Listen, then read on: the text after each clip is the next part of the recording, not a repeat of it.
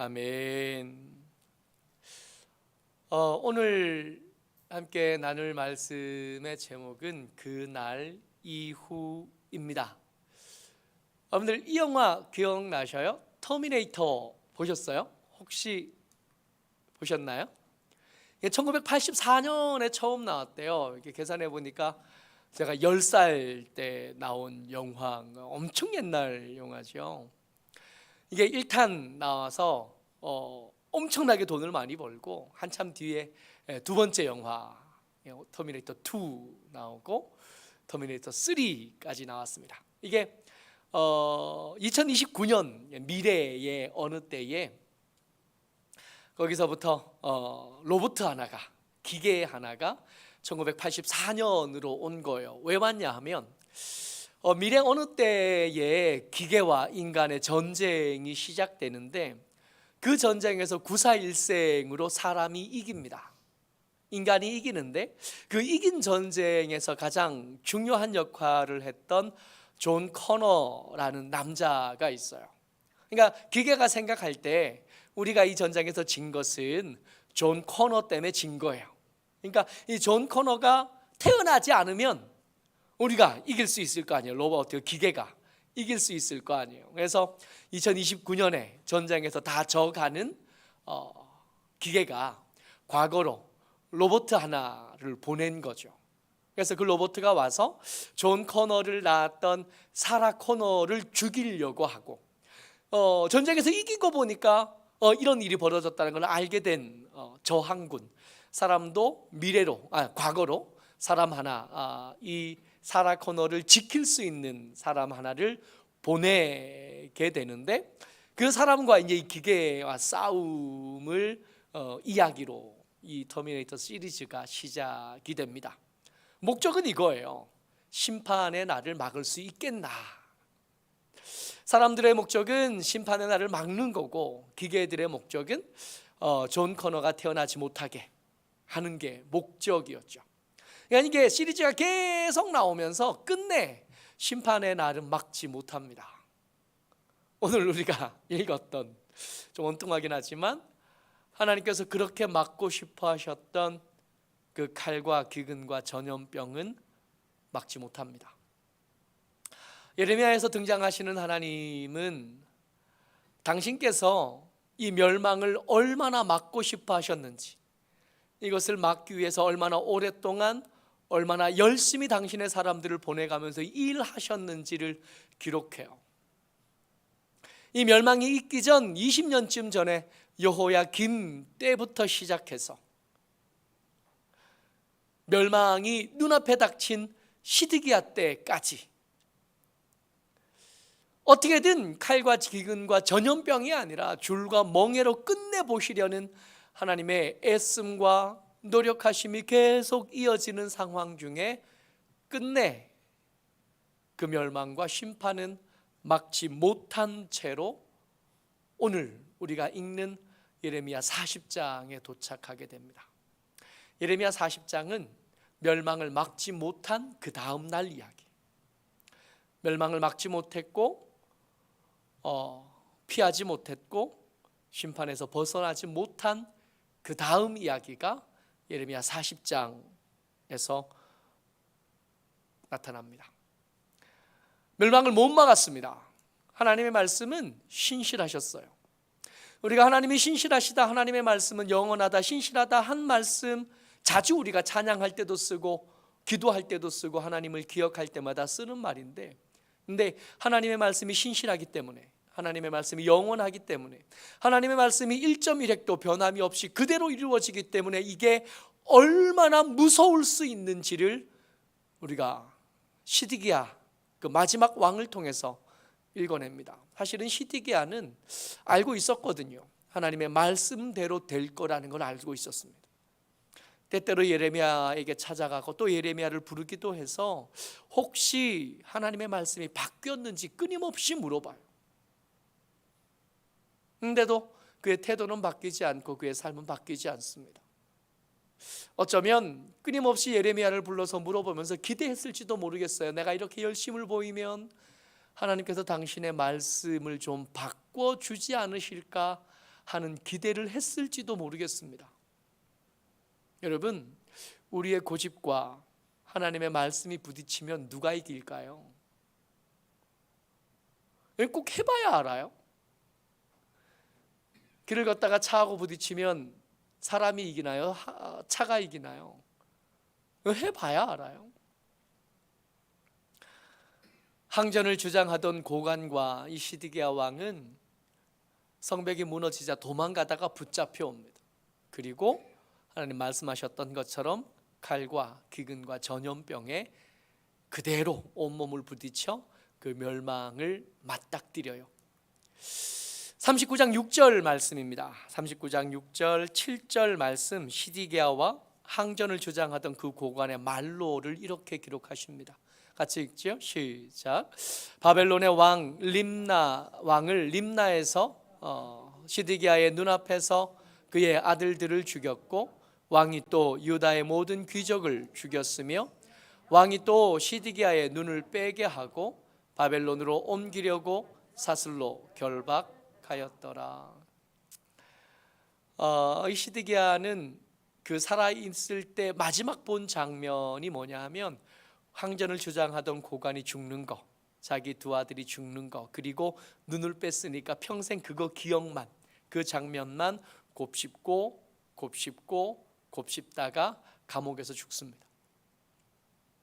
근데 이 예레미야 39장 이야기를 읽다 보면 특이한 사람 한 사람이 또 등장을 하는데, 그 사람이 에벤멜렉이에요. 하나님의 말씀이 신실합니다. 하나님의 말씀이 신실하기 때문에 또 한편 이 심판의 날에도 구원을 경험하는 사람들도 얼마든지 나타날 수 있거든요.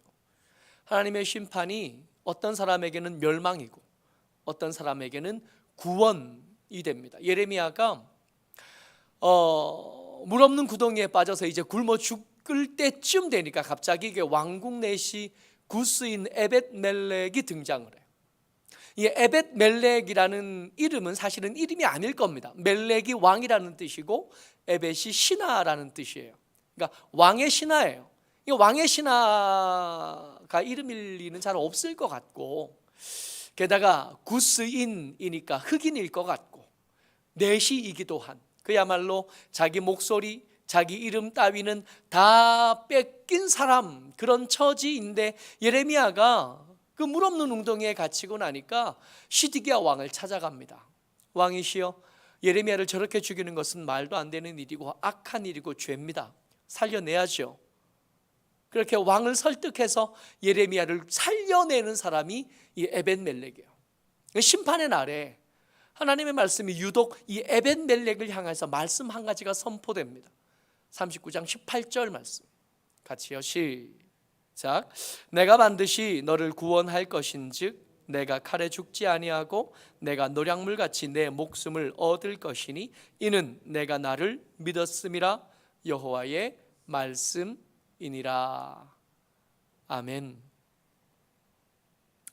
이렇게 해서 에벤멜렉은 삽니다.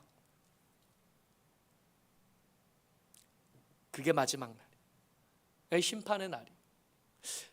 그리고 남은 뒷날 이야기니까 구원받을 사람은 구원받은 거고요. 그리고 죽을 사람은 죽은 거예요. 근데 구원받을 사람이 구원받고 죽을 사람이 죽고 끝난 이야기면 아, 무섭다 하고 끝날 텐데 그렇지가 않은 겁니다.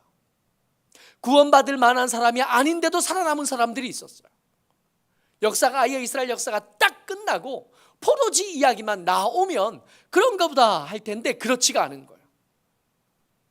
예레미야 이야기가 갑자기 등장하면서 예레미야에게 그 느부사라단이라고 하는 느부갓네살의 군사령관이 포로로 끌려가는 중에 있던 예레미야를 찾아옵니다. 예레미야에게 제안해요. 느부갓네살 왕이 한 말이 있었거든요. 예레미야를 선대하고 예레미야가 하고 싶은 대로 할 수 있도록 도와줘라 한 말이 있어서 이 사령관이 예레미야를 찾아와서 말합니다. 네가 원하는 대로 해라. 나와 같이 바벨론으로 갈 수도 있어. 가면 내가 너를 선대하고 내가 있는 날 동안 내가 잘 살아갈 수 있도록 내가 도와줄게. 만약에 네가 나와 함께 가지 않겠다고 한다면 어디로든 자유롭게 갈 수 있도록 내가 이것저것 필요한 것들도 챙겨줄게. 그래요. 그랬더니 예레미야가 뭘 선택하냐 하면 바벨론으로 가는 것 아니라 그 남아있는 사람들이 모여있는 곳으로 돌아가겠다 선택하고, 그 선택한 기록을 오늘 우리가 본문으로 읽었던 겁니다. 40장 6절 말씀이요. 같이 읽어요. 시작. 예레미야가 미스바로 가서 아히감의 아들 그다랴에게로 나아가서 그 땅에 남아있는 백성 가운데서 그와 함께 사니라. 여러분, 이 사람들은 능력 있는 사람들 아닙니다. 오히려 느부갓네살 왕이 그 남은 사람들을 어떻게 구분했냐면, 어떻게 남겨놓기로 했냐면 빈민들을 콕 찍어서 남겨놓기로 했거든요.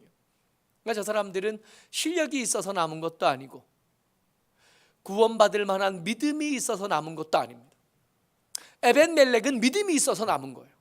에벤멜렉은 믿음이 있어서 하나님께서 구원하셨지만, 예레미야도 믿음이 있어서 구원받은 것으로 보이지만, 이 사람들, 그다랴와 함께 남아있던 이 사람들은 그래서 남은 게 아닙니다. 이 사람들이 살아야 될 그날 이후는 이 남아있는 모든 사람들에게 덤이었던 거예요. 죽었어야 될 사람들, 지워졌어야 될 사람들, 끝났어야 될 사람들인데 살아남은 거예요. 여러분, 한번 생각해 보십시다. 우리가 지금 누리고 있는 이 시간들, 우리가 살만했기 때문에 여기까지 온 걸까요? 살만한 충분한 이유가 있어서 여기까지 왔을까요? 하나님께서 우리에게 맡기실 일도 있었겠으나 그것 때문일까요? 이미 자격을 잃어버렸던 적이 한두 번이 아니지 않은가요? 자격이 있었던 것도 아니고 능력이 있었던 것도 아니고, 오히려 조건이라면 가난했기 때문에, 실력이 없었기 때문에, 무능했기 때문에, 그나마 그랬기 때문에 남아 있었겠거니는 짐작이 가능해요. 이 사람들이 사는 하루는 그들에게 덤입니다. 이 사람들에게 허락된 그 시간과 형편은 덤입니다. 어느 것 하나도 그들이 능력을 가지고 얻은 게 없고, 그들이 실력을 가지고 얻은 게 없고, 그들이 자격을 검증한 뒤에 얻은 것은 한시도 없고 하나도 없고 아무것도 없습니다. 이들이 누리는 건 전부 다 덤이에요. 왜 내게 이것밖에 주지 않으셨습니까? 이들에게는 허락되지 않아요. 이미 심판 이후거든요. 하나님의 심판, 하나님께서 그렇게 막고 싶어 하셨던 하나님의 심판을 자초한 사람들이 만들어낸 것, 이들에게 주어진 시간, 이들에게 주어진 모든 것들은 다 덤입니다. 어떤 사람이 볼 때는 보잘것없을 수 있고, 어떤 시대 사람들이 보기에는 그게 무슨 이라고 말할 것, 별것 아닌 것일 수 있겠지만, 이들의 삶, 이들의 주어진 시간 자체가 덤이니까 그 작은 것 하나도 이 사람들에게는 감사의 제목이 아닌 게 없어요. 감격의 제목이 아닌 게 없습니다. 전부 다 감격하는 것, 전부 다 감사하는 것, 전부 다 그저 받은 것인 거예요. 이런 이야기를 나누다 보니까 이거 우리하고 비슷하지 않아요? 이 모자란 사람들 뿐만 아니라 우리 이야기이지 않아요? 우리가 자격을 검증한 뒤에 구원을 받은 게 아니고, 우리가 쓸모 있어서 구원받은 게 아니고, 우리는 마땅히 심판의 날에 끝났어야 될 생명을 덤으로 받아서 하루를 더 살게 된 거고, 한때를 더 누리게 된 겁니다. 예레미야는 그런 사람들과 함께 살기로 결정을. 우리가 오늘을 어떻게 살 건가? 다른 답은 없습니다. 감격함으로 살아내고 감사함으로 살아내는, 좀 덥지만, 좀 버겁지만, 때로 힘들고 이건 좀 감당하기 어렵다 싶지만, 그럼에도 불구하고 우리에게, 이 사람들에게 허락된 것은 감사와 감격이요. 그렇게 모여 산 사람들의 이야기가 쭉 이어지고, 누가 거기에 모였는지, 누가 거기에 모여왔는지를 기록하다가 그 기록에 말미에 가면 이렇게 말씀이 기록됩니다. 40장 12절 말씀이요. 같이 읽죠. 시작. 그 모든 유다 사람이 쫓겨났던 각 처에서 돌아와 유다 땅 미스바에 사는 그다랴에게 이르러 포도주와 여름 과일을 심히 많이 모으니라. 하나도 없고 이제 하나님의 남은 긍휼, 남은 인애는 없을 것 같은 이때잖아요. 그야말로 다 바닥난 인내 가운데 만났던 게 심판의 날이니까. 그러니까 아무것도 남아있을 것 같지 않은 그 황무지에서 이 사는 사람들, 예레미야와 함께 살기로 결정한 사람들이 포도주를 모아냅니다. 여름 과일을 모으는데 심히 많이 모았다 기록하시는 거예요. 다시 시작할 수 있는 은혜, 다시 시작할 수 있는 긍휼이 아직 이 사람들에게 그 땅에서 남아 있었던 겁니다. 우리는 이렇게 삽니다. 우리는 이렇게 살아갑니다. 그러니 우리의 처지와 형편, 내 실력과 이런저런 것들의 부족함, 그것 때문에 원망만 하고 있을 것이 아니라 이 예레미야처럼 그 남아있는 그 빈민들, 그 별것 아닌 사람들이 이렇게 살아냈던 것처럼 우리도 그렇게 살아내는 겁니다. 스스로 포기하지 말고. 포기는 하나님이 우리에게 말씀하실 때까지 내버려둬도 됩니다. 배추 셀 때나 쓰고 하나님께서 우리에게 허락하신 그날까지 그 빈민들과 함께 살았던 예레미야처럼 우리에게 주어진 시간들을 감격하고 감사하면서 이렇게 살아내는 저와 여러분 되시기를 주의 이름으로 축복합니다.